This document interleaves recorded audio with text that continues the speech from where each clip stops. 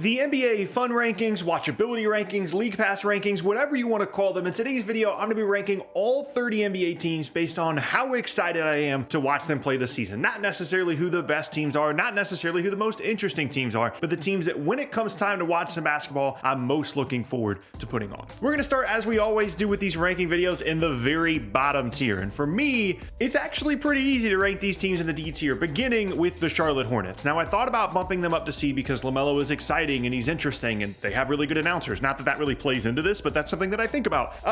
But they're just not that interesting of a team. Like, there's LaMelo and Gordon Hayward's probably going to get hurt. Terry Rozier's going to have a couple of good nights offensively. And I'm not really super excited about anybody else on the roster. Like, Mark Williams might be interesting, but there's just nothing there that makes me think, hey, I really want to watch other than LaMelo. But if the other guys around LaMelo aren't that good, he's not as exciting either. Next up now, the Indiana Pacers, a team that is intentionally trying to not be good this season. I'm mildly interested in Mathurin and Tyrese Halliburton and how those guys kind of mesh together. Who knows what their roster will look like by the time the season starts or the trade deadline, if Miles Turner and Buddy Hield are still going to be there. But when I think about myself watching basketball this season, I don't anticipate being super excited about watching Indiana. Next up, San Antonio, same thing. They've got some interesting players, Keldon Johnson, Josh Primo, but not a team from a talent perspective that I'm super excited about. Utah I have next just because I'm anticipating them trading Donovan Mitchell before the season, and even if they do have Mitchell, they're not going to be that good. They're going to be like a 30 or 35 win team, even with Mitchell on the roster. Not super interesting to me. And then to finish out the D tier, which again, I feel like is the easiest tier to rank, is the Washington Wizards. Bradley Beal's going to have some interesting nights. Maybe KP is healthy, maybe Kuzma's really good, but again, I'm not super excited about them. Okay, those are the boring ones. Now we get to the C tier, which to me was a really difficult tier to rank. I begin the tier with the Brooklyn Nets, and if you want to put Brooklyn in the B, the A tier, that's totally fine with me because I think there's plenty of interest in this team and there's plenty of, intrigue, and it could get really, really weird really quickly. And from a basketball perspective, they should be pretty fun at times as well. But I feel like collectively, a lot of people are just kind of over the Nets and they're not going to be super interested in putting their games on. I'm going to watch a ton of Brooklyn Nets, but for kind of the larger collective thought process here, I'm going to put them in the C tier. Also in the C tier is the Miami Heat. Sorry, Heat fans. Your team's always good. They always exceed expectations. I don't always have a really fun time watching Heat games. They're a little bit grindy. They're not super flashy. And sometimes that's what you want. You don't have to work to watch a basketball game. And sometimes Heat games feel like work. I like Tyler Hero. I like Bam. I like JB. But for right now, I'm going to put them in the C tier. Next up, the LA Lakers. There's a real possibility that this is a B or an A tier team for a variety of different reasons as the season progresses, whether it be because they completely implode, and that's really interesting, or they could actually be a decent basketball team this year if AD and Bron are healthy. But right now, to me, they're kind of similar to how people feel about Brooklyn, where they're just kind of over it. And if Russ is on the roster, I don't want to watch Russell Westbrook play a lot of basketball this year. And so ultimately, as the roster is currently constructed, I'm going to put them in the C tier as well. Portland is up next in this tier. Again, like, Dame should be fun. They added some nice players to the roster, and Simon is still there, Nurkic is still there. They're going to be pretty good, but the excitement level is just not there for me. I've seen Portland basketball with Damian Lillard for years now. I don't really think it's going to look like anything too new, even with the additions of guys like Jeremy Grant. Next up, Chicago. I want to put them higher because there's a possibility that they are the team that they were at the beginning of last year, which was interesting and exciting and a good defensive team. But right now, with the question marks around Lonzo's health, they're just not that exciting of a team for me. It's not like there's a couple of young guys I'm really interested in, like Patrick Williams is fine, Kobe White is fine, but it's DeMar and Levine scoring, and apart from that, not that much else exciting happening. Next up is Sacramento. I really thought about putting them in the B tier, but given the history of Sacramento, it's at least, 70% likely they're just going to be bad and not make the playoffs. And even though, they have, Fox and Sabonis and there's some interest there, I felt like just because of who they've been in the past, I put them in the C tier, but I might find myself watching a lot of Sacramento this upcoming season. Next up, the New York Knicks. Now, it's tough because there are some new things on this roster. That's one of the things I look forward to every season is seeing the new stuff, right? Having Jalen Brunson here, and who knows what their roster will look like by the time the season starts. If they have Donovan Mitchell, this ranking changes entirely. But right now, if it's just you're adding Brunson to Randall and Barrett, that doesn't excite me a ton in terms of the actual basketball product. I think the Knicks as a team and what could potentially happen within the season is more interesting than the actual basketball product. And so ultimately,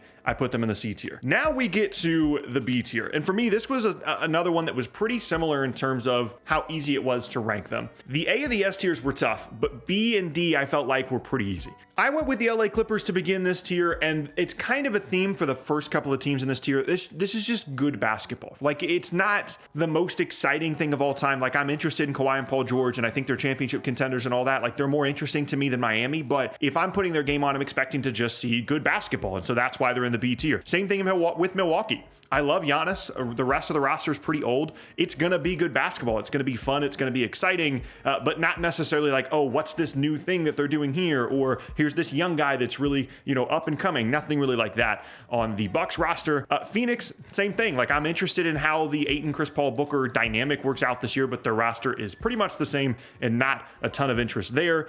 Cleveland is just... They're not a boring team to me. Like, I really like watching Cleveland. They're incredible defensively. I love Mobley. I love Allen. I love Garland.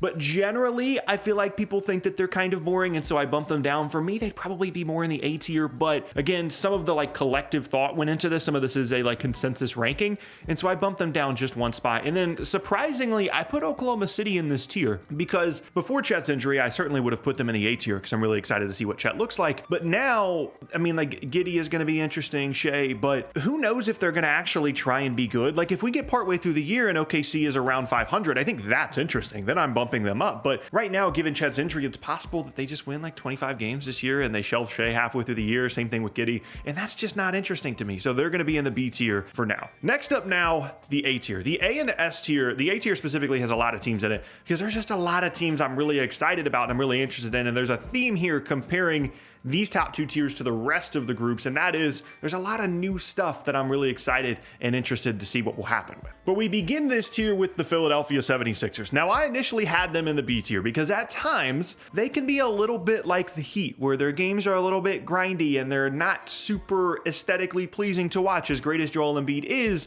I bumped them up to the A tier though for a couple of reasons. One, they seem to have a ton of really dramatic games every single season, a ton of buzzer beaters, a ton of, just really exciting late game moments. And then also, I'm really interested in the James Harden thing because if James Harden, is that guy again, this is a championship contending team and you get to see Maxey and Embiid and Harden and Tobias Harris and all these guys on a nightly basis. And they've really improved their roster as well, I think, on the edges, especially in terms of their wings. And so that to me is certainly something to keep an eye on. I have them in the A tier. Next up, the Orlando Magic. Maybe I'm a little bit too high on this team. I don't know. I'm really excited about Paolo. I think Paolo is going to be really good. I really like Franz. They have 1,000 different guards they can throw out there. They have a couple of big guys that are really interesting. I will find myself, I feel like, especially in the beginning of the season, watching way more Orlando Magic basketball than I have in the past. And that to me is really exciting. It has to do with the young guys and just the amount of talent that I really think is there. Next up in this tier is the Boston Celtics, a team that, partway through last year, I certainly would not have expected to put all the way in the A tier. They played really, really ugly basketball, but now I'm going to put them in the A tier for a couple of reasons. One, I think they're true contenders. Two, I think there's some intrigue in terms of the chemistry between Jaylen Brown and Jason Tatum. And three, this is a team that we might see some regression from as well, which I think could cause some turmoil, you could say. And so all things considered, I think there's a lot of interest in Boston this upcoming season, so I put them in the A tier. Next up, the Toronto Raptors. This might not be a team that a lot of people have this high, but I really love watching Toronto play. I love Scotty. I love the pace that these guys play at, all the different things that they do defensively. They play super hard every single night. It's good basketball. Toronto for me is absolutely an A tier team. Next up now, the Detroit Pistons. Again, it's new. They had Cade last year, now Jaden Ivey. Now they've got a ton of other young guys on the roster as well. I think I'm going to find myself watching a lot of Pistons basketball, especially in the beginning of the season. I think they could make a play-in push. I'm really interested to see how those two guards kind of work together. And again, it's new, it's interesting, it's young, it's talented. For me, that's all the makings of an A tier fun, watchable team. Next up, the Atlanta Hawks. Speaking of new, I'm super interested in what DeJounte Murray and Trae Young look like together, because I think it's distinctly possible that it's at least a little bit of a disaster, which to me is interesting and is something that I want to watch on a nightly basis and see how they're going to try and fix that. Or it could be really cool and it could be really exciting and Trae could be playing off the ball even more. Him and DeJounte could be fantastic together and we could see a lot of excitement with Atlanta this year. So they're in the A tier for me. Next up now, the Houston Rockets. This has everything to do with all the young guys. I want to see what Jabari looks like in an actual NBA environment rather than Summer League where he struggled. Jalen Green, all the different young guys and talent that this Houston roster has, and how much that's going to translate to actually winning games this year, because it's possible that they're actually a decent team, maybe make a slight play-in push, and it's also possible that they get another top 3 pick because partway through the year they just really decide to tank. But strictly in terms of the basketball product to begin the season, it's really interesting to me, and so I'm going to put them in the A tier. Next up is Dallas. This is entirely Luka-centric. Luka is one of my favorite players in the entire league to watch on a night-to-night basis. I'm almost never bored watching Luka play basketball because of how incredible he is as a scorer, as a creator, as a playmaker, as a passer. And even though the rest of the roster isn't super exciting, for me, Dallas is always a really fun team to watch. I put them in the A tier. And then to finish the very, very large A tier, I put the Minnesota Timberwolves because there's 2 different factors here. One is the intrigue of Karl Anthony Towns and Rudy Gobert working together and the all-in move of getting Rudy Gobert. And if that goes poorly to begin the season, given the fact that this team has said publicly that they feel like they should win a championship this season, that could blow up in their face. However, it could also be really interesting and it could work really well, and I'm anticipating them being a really good regular season team. And then on the other hand, the thing that really bumps this up for me is Anthony Edwards. I think this guy's ready to make as big of a leap as he could possibly make going into this upcoming season. Like all NBA level type player. He's super exciting. That to me was the cherry on top that put them in the A tier, almost all the way in the S tier. Speaking of the S tier, there are only 4 teams here. These are the 4 teams that I'm most excited to watch on a nightly basis and put their games on this upcoming season. And we begin the tier with the Memphis Grizzlies. Now, maybe this isn't a team that a lot of people like watching. I don't know. Ja is one of the most exciting night-to-night players in the league, and this Memphis team plays so incredibly hard. They play fast. They play physical. There's so much talent and depth on this roster. They're a super fun team to watch, and they're a really fun home team as well, which I think matters. It matters to watch them, really enjoy the environment that they're playing in. Memphis is a really great environment there. I also think they're going to be really good. They could challenge for the 1 seed in the West this upcoming season. Next up is a very easy one for me. It's the New Orleans Pelicans. Honestly, out of every team on this list, I'm probably most excited this season to watch New Orleans. CJ, Brandon Ingram, Zion, Dyson Daniels, all the young guys, all the depth. They have so many good NBA players, and if Zion is good and healthy, and if Brandon Ingram is good and healthy, and if CJ is good and healthy,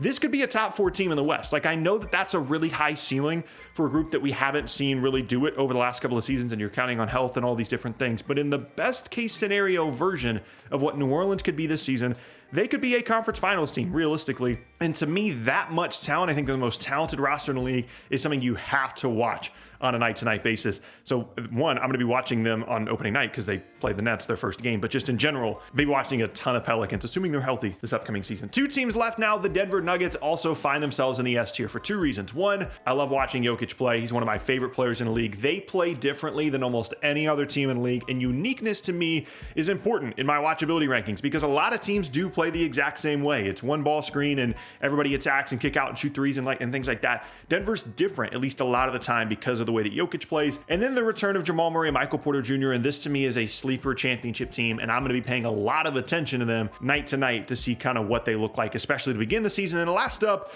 the NBA champion Golden State Warriors. It's not just the fact that they're really good. It's not just the Steph factor that he's really fun. But again, similar to Denver, it's the way they play. They play differently than almost any other team in the league, and that matters to me because everybody else in the league seems to play in a similar way. So they have an exciting player in Steph. They're going to be really good, obviously, and the uniqueness of their play style, to me, puts them in that top S tier. Those are my rankings for the fun, the watchability, the league pass, whatever you want to say, rankings for this upcoming NBA season. Let me know down in the comment section below where you would have ranked each of these teams, and I'll see y'all next time.